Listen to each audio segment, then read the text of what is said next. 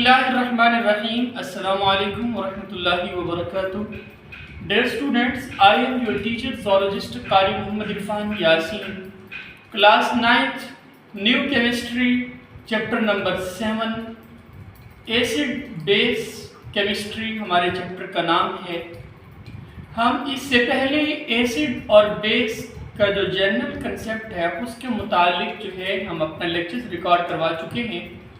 आज का हमारा लेक्चर है स्पेसिफिकली आर्हीनस एसिड बेस कंसेप्ट। आर्हीनस का एसिड बेस कंसेप्ट क्या है, आर्हीनस के मुताबिक एसिड कौन से सब्सटेंसेस होते हैं और बेसिस कौन से सब्सटेंसेस होते हैं, आज के लेक्चर में हम जानेंगे।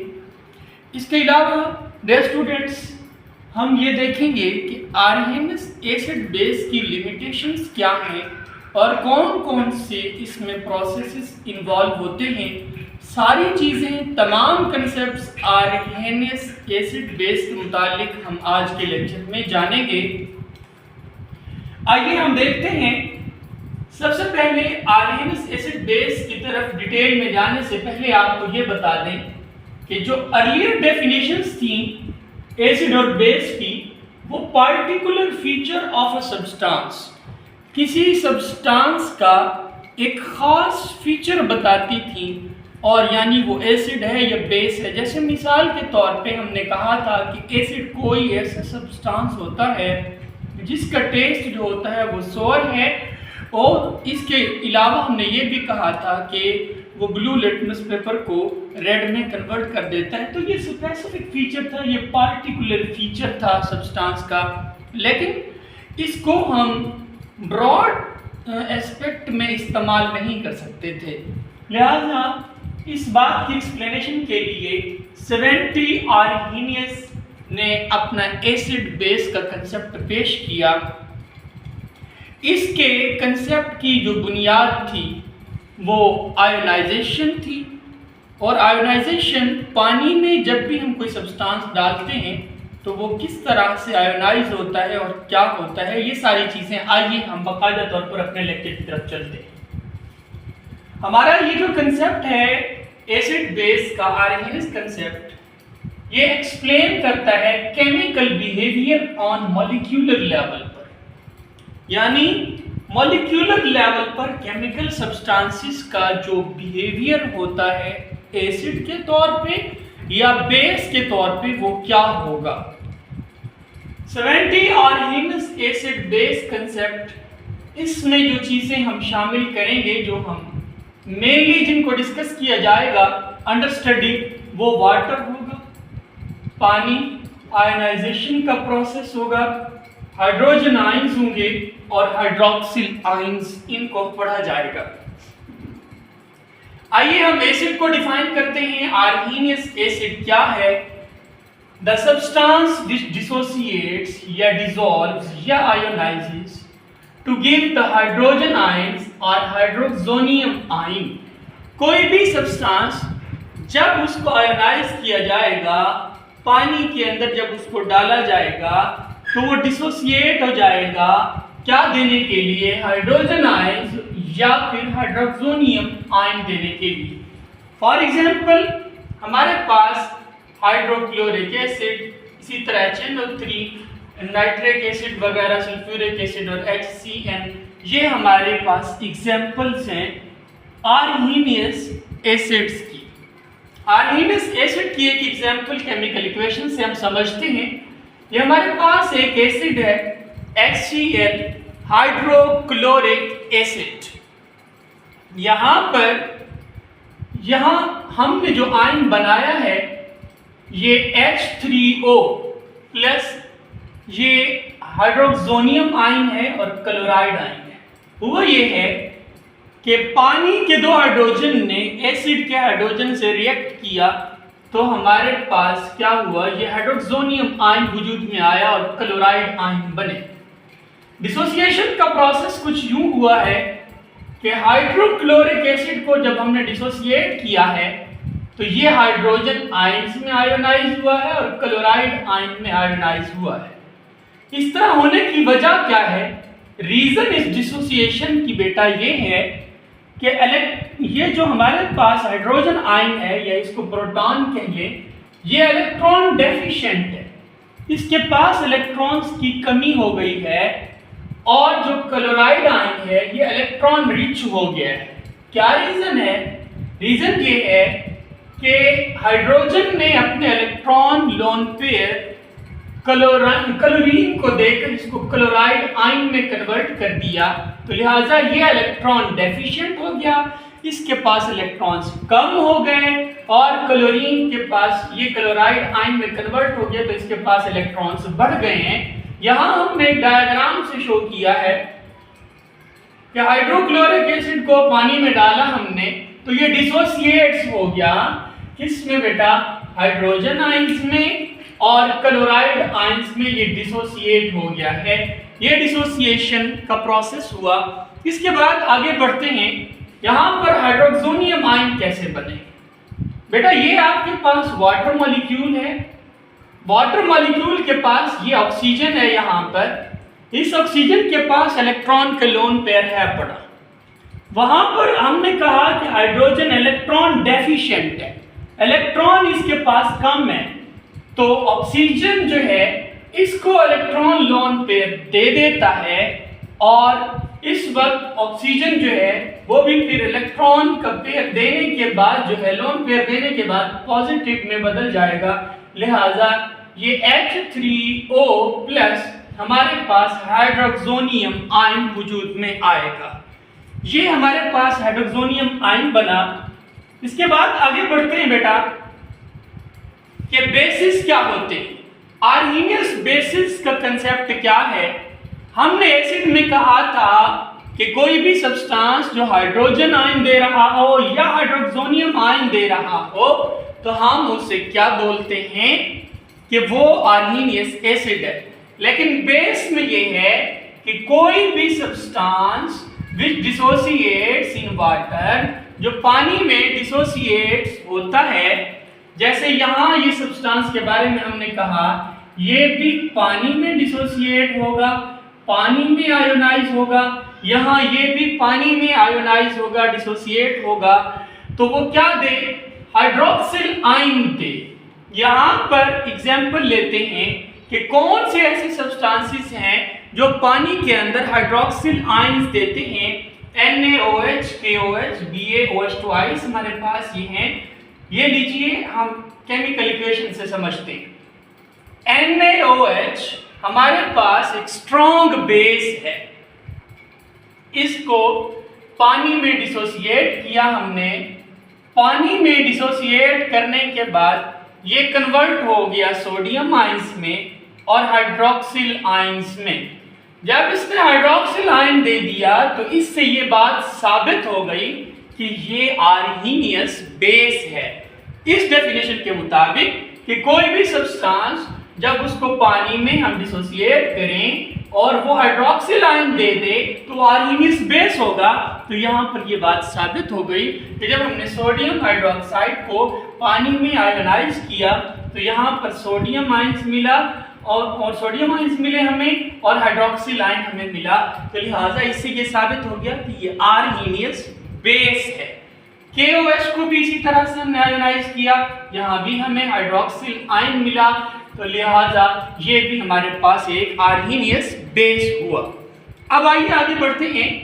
Role of water after dissociation. जब पानी के अंदर कोई भी सब्सटेंस डिसोसिएट हो जाता है तो उसके बाद पानी का क्या रोल होता है? इसके लिए सबसे पहली बात ये देखते हैं कि अगर एसिड होगा तो हाइड्रोजन आयन बनेंगे, बेस होगा तो हाइड्रोक्सिल आयन बनेंगे। इन दोनों को डिसोसिएट होने के बाद आफ्टर डिसोसिएशन पानी क्या करता है? इनको सराउंड कर लेता है, इनको घेर लेता है। इनको क्या करता है? घेर लेता है। किसको? हाइड्रोजन आयंस को और हाइड्रोक्सिल आयन को। हाइड्रोजन आयंस और हाइड्रोक्सिल आयंस को घेर लेता है। अब ये जो सराउंड करने का प्रोसेस है वो कैसे? कहता है अगर इफ वन हाइड्रोजन, अगर एक हाइड्रोजन या प्रोटॉन भी कह सकते हैं आप इसको, एक हाइड्रोजन हो, एक प्रोटॉन हो तो उसको 4 मॉलिक्यूल्स जो है पानी के वो घेर लेंगे, प्रोटॉन को घेरेंगे। एक प्रोटॉन को 4 मॉलिक्यूल घेरेंगे। ये लीजिए, यहां ये एक प्रोटॉन है, ये एक हाइड्रोजन आयन है, इसके गिर्द एक मॉलिक्यूल पानी का, दूसरा मॉलिक्यूल पानी का, तीसरा मॉलिक्यूल पानी का, चौथा मॉलिक्यूल पानी का।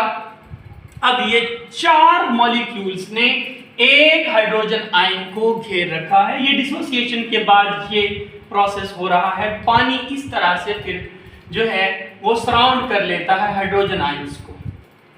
इसके बाद अब बच गया यहाँ पर हाइड्रोक्सिल आयंस।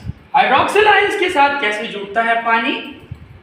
बेटा, हाइड्रोक्सिल आयंस सराउंड किया जाता है 2 वाटर मॉलिक्यूल से, यानी हाइड्रोजन आयंस को 4 मॉलिक्यूल पानी के सराउंड कर रहे थे, लेकिन हाइड्रोक्सिल आयन में 2 पानी के मॉलिक्यूल सराउंड करेंगे।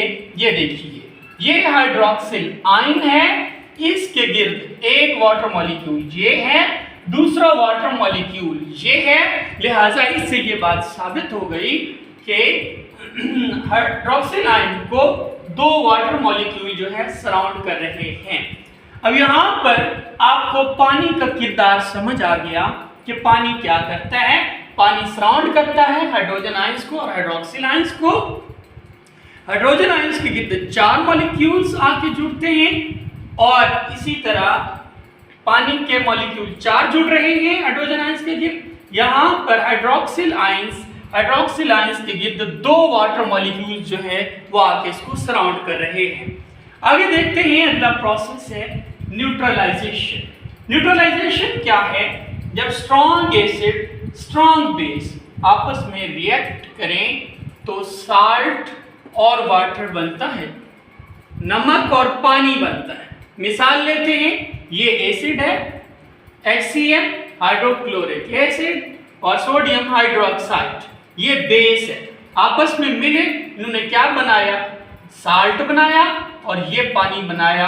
ये न्यूट्रलाइजेशन के ऊपर वाली डेफिनेशन को मैंने ये आपको इक्वेशन से समझा दिया। आगे बढ़ते हैं, ये जो अमल हुआ है न्यूट्रलाइजेशन का, ये किस तरह हुआ है? अब हम आर्हीनियस एसिड को पानी डालकर डिसोसिएट कर रहे हैं। कैसे करते हैं? HCl को पानी की मौजूदगी में डिसोसिएट किया गया तो यहां से H3O+ हमारे पास हाइड्रोक्सोनियम आयन बना और क्लोराइड आयन बने। इसी तरह ये आर्हीनियस एसिड हो गया, क्योंकि इससे हाइड्रोक्सोनियम आयन बन रहे हैं, तो ये बात साबित हो गई कि ये आर्हीनियस एसिड है HCl। अब हम आगे बढ़ते हैं, ये हमारे पास सोडियम हाइड्रोक्साइड है, ये बेस है। अब बेस को कैसे करता है आयोनाइज पानी? ये Na+ आयन सोडियम आयन से अलग हो गए और हाइड्रोक्सिल आयंस यहां से हमें मिले। तो हाइड्रोक्सिल आयंस को देखने के बाद हमें ये साबित हो गया कि ये जो है ये आर्हीनियस बेस है। इसी तरह जब ये एक दूसरे को मिलते हैं, ये एसिड मिला, ये बेस मिला, ये एक दूसरे को न्यूट्रलाइज कर देते हैं और नतीजे के तौर पे क्या बनता है? साल्ट और वाटर बनता है। इस प्रोसेस को न्यूट्रलाइजेशन कह रहे हैं। अब आइए आगे बढ़ते हैं। डियर स्टूडेंट्स, अब यहाँ देखें आप कि HCl से हाइड्रोक्सोनियम आयन बन रहे हैं और सोडियम हाइड्रोक्साइड बेस से हाइड्रोक्सिल आयन बन रहे हैं। इन दोनों को हाइड्रोक्सोनियम आयन और हाइड्रोक्सिल आयन को जब हमने इनको क्लियर कर दें यहाँ ताकि समझ आ जाए, ये हाइड्रोक्सोनियम आयन है और ये हाइड्रोक्सिल आयन है। इन दोनों को जब हम मिलाएंगे दोबारा तो हमारे पास जो चीज़ बनेगी वो वाटर बन रहा है और हीट खारिज होगी, एवोल्यूशन ऑफ हीट होगी। अब इस न्यूट्रलाइजेशन के रिएक्शन के नतीजे में हमारे पास जो नमक बना है NaCl की सूरत में, ये जो हमने बनाया है ये पानी के अंदर ही मौजूद रहेगा, नॉट इन क्रिस्टल फॉर्म। ये क्रिस्टल फॉर्म में नहीं होगा और ये इसी पानी के अंदर हाइड्रेटेड सपेक्टेटेड सोडियम आयंस और क्लोराइड आयंस की सूरत में इस तरह मौजूद होगा। ये हमारे पास सोडियम आइंस हैं, ये क्लोराइड आइंस हैं और ये स्पेक्टेटर आइंस के तौर पे अंदर मौजूद है।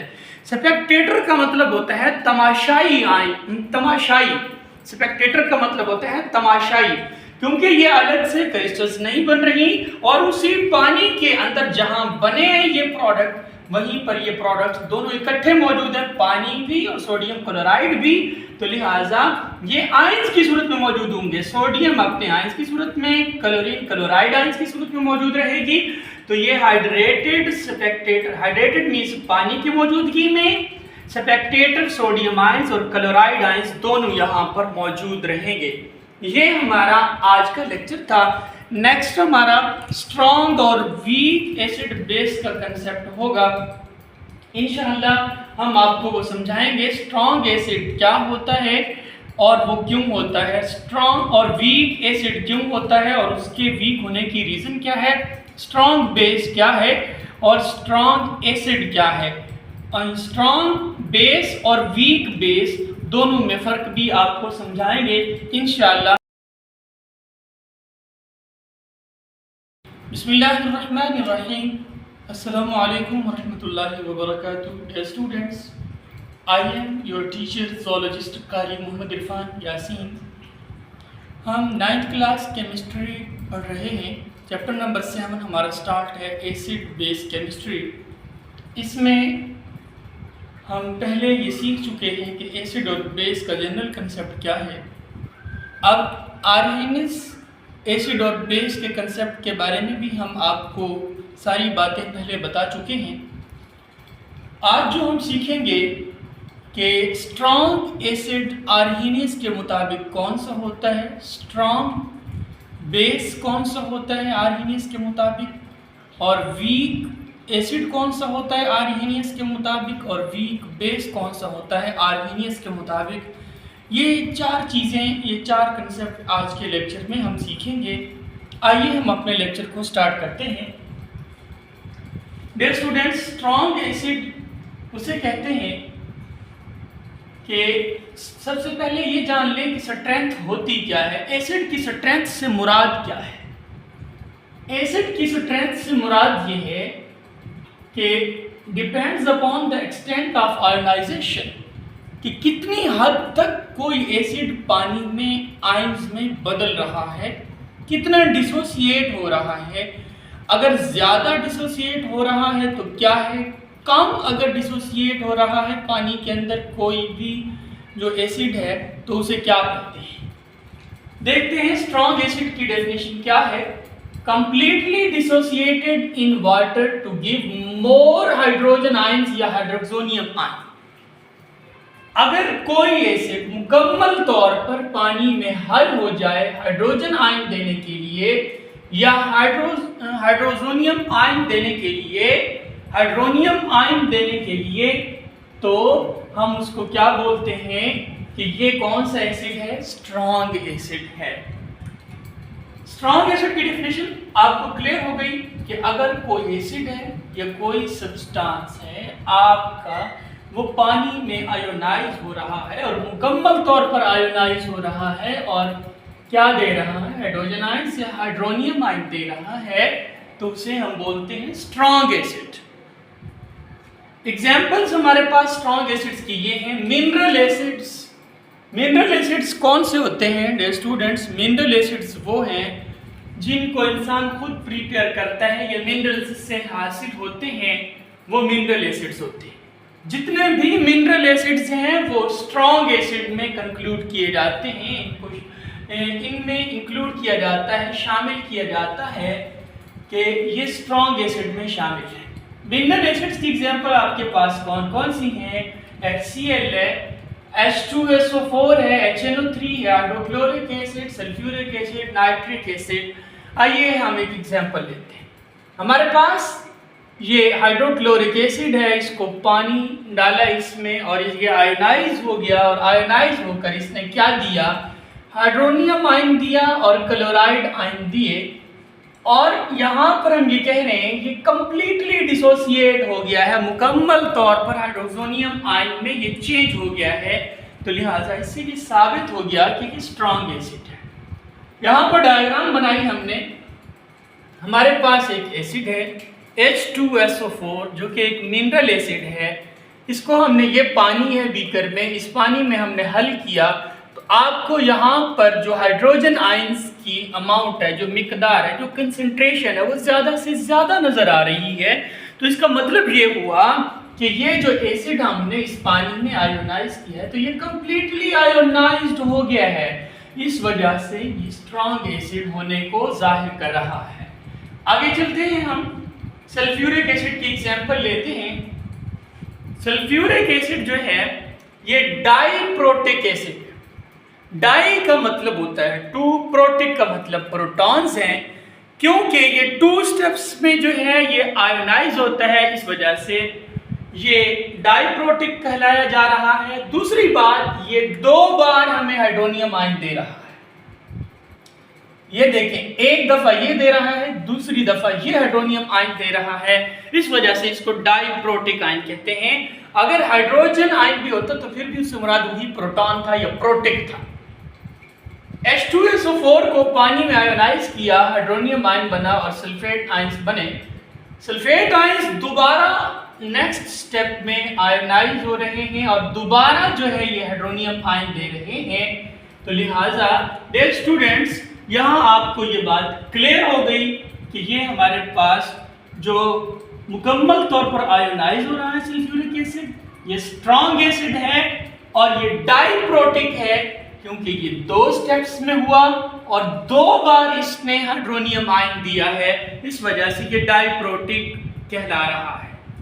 अब आगे चलते हैं, नाइट्रिक एसिड की एग्जांपल लेते हैं। ये भी मिनरल एसिड है, ये भी एक स्ट्रॉन्ग एसिड है। यहां पर हमने लिखा कि ये मोनोप्रोटिक है। मोनो मतलब होता है एक और प्रोटिक मतलब प्रोटॉन, यानी ये क्या है, यहां हमें ये एक प्रोटॉन दे रहा है आयोनाइज होने पर, इस वजह से हम इसको मोनोप्रोटिक कह रहे हैं। एक प्रोटॉन दे रहा है, देखिए यहां पर एक बार ये आयोनाइज हो रहा है और मुकम्मल आयोनाइज हो रहा है, इसलिए इसको मोनोप्रोटिक कह रहे हैं। ये हमारे पास नाइट्रिक एसिड है, पानी के साथ इसको हमने आयोनाइज किया, पानी में हमारे पास हाइड्रोजोनियम आयन निकले और नाइट्रेट आयन निकले। तो लिहाजा इससे ये जाहिर हुआ कि ये मुकम्मल तौर पर हल हो गया है नाइट्रिक एसिड पानी में और इसने हाइड्रोनियम आयन दे दिए हैं। लिहाजा ये भी स्ट्रॉन्ग एसिड की एक एग्जांपल हुई। यहाँ तक ये मिनरल एसिड्स जिनके बारे में हमने स्ट्रॉन्ग एसिड कहा है, हमारी बात कंप्लीट हो गई। आगे बढ़ते हैं, वीक एसिड्स की बात करते हैं। वीक मींस कमजोर एसिड। कमजोर एसिड कौन से होते हैं, पहले हम देखते हैं। जितने भी ऑर्गेनिक एसिड्स हैं वो कमजोर होते हैं, वीक एसिड्स होते हैं।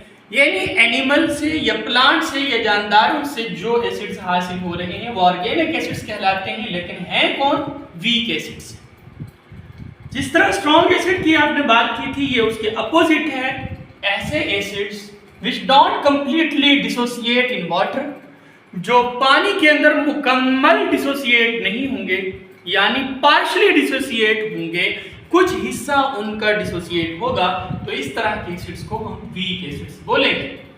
फॉर एग्जांपल हमारे पास ग्लेशियल एसिटिक एसिड है CH3COOH, इसको पानी में हल किया हमने और इससे हाइड्रोनियम आयन बने और एसीटेट आयन बने। अब यहाँ हुआ क्या है, आयोनाइजेशन सिर्फ इसकी 0.132% हुई है, यानी 100 में से 13 मॉलिक्यूल सिर्फ जो हैं वो हल हुए हैं और 1000 मॉलिक्यूल्स में से सिर्फ 1.32 मॉलिक्यूल्स इसके अंदर हल हुए हैं, जिससे क्या जाहिर हुआ कि इसकी जो परसेंटेज है हल होने की वो बहुत ही कम है, तो लिहाजा ये एक वीक एसिड हुआ।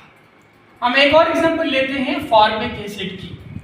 फॉर्मिक एसिड ये HCOOH, इसको भी पानी में हमने आयोनाइज किया तो इसने एसीटेट आयन दिए, फॉर्मिक एसिड है तो फॉर्मिक एसिड ने यहाँ पर हाइड्रोनियम आयन हमें दिए, हाइड्रोनियम आयन बने और ये आयन हमारे पास ये अलग हो गया।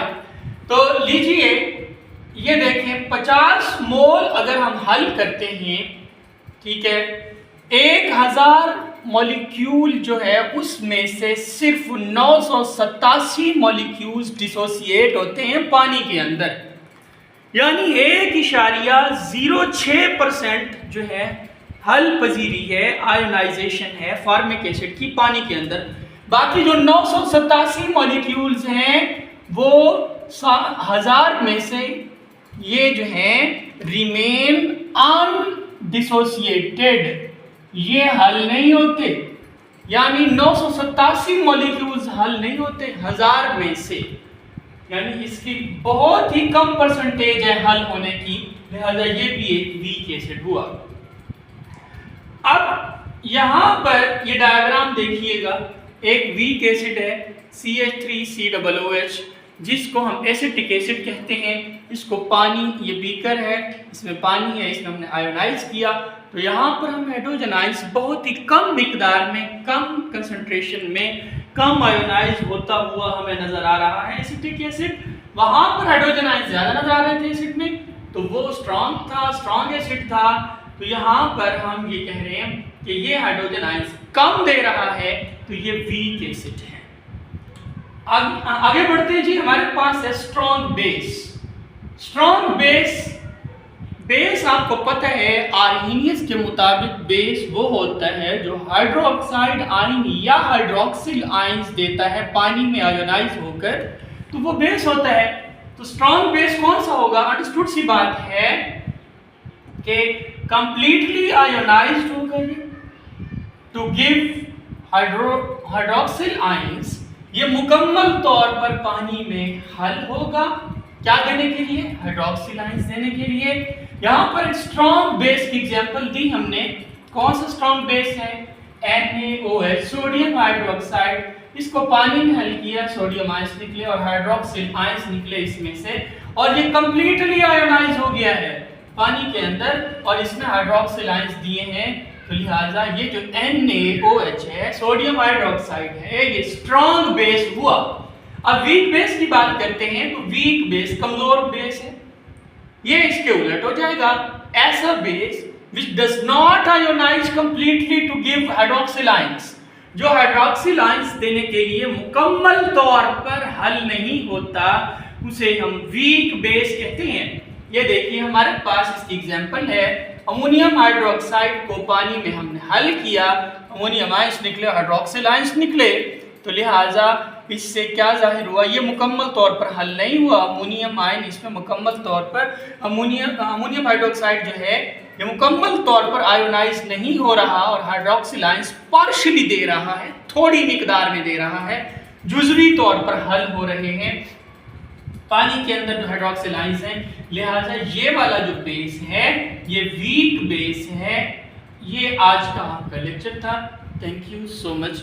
जो लोग हमारे चैनल को देखें, हमारे लेक्चर्स को देखें, उनसे रिक्वेस्ट की जाती है कि दूसरों के साथ शेयर भी करें, अपनी राय देने के लिए कमेंट भी ज़रूर दें, और इसको सजेस्ट भी करें दूसरे अपने दोस्तों को, अपने फेलोज़ को, ताकि वो लोग जो एकेडमीज़ के हवाले से फ़ीसें अफोर्ड नहीं कर सकते वो यहाँ से ऑनलाइन तैयारी कर सकें। बहुत शुक्रिया। अस्सलाम वालेकुम।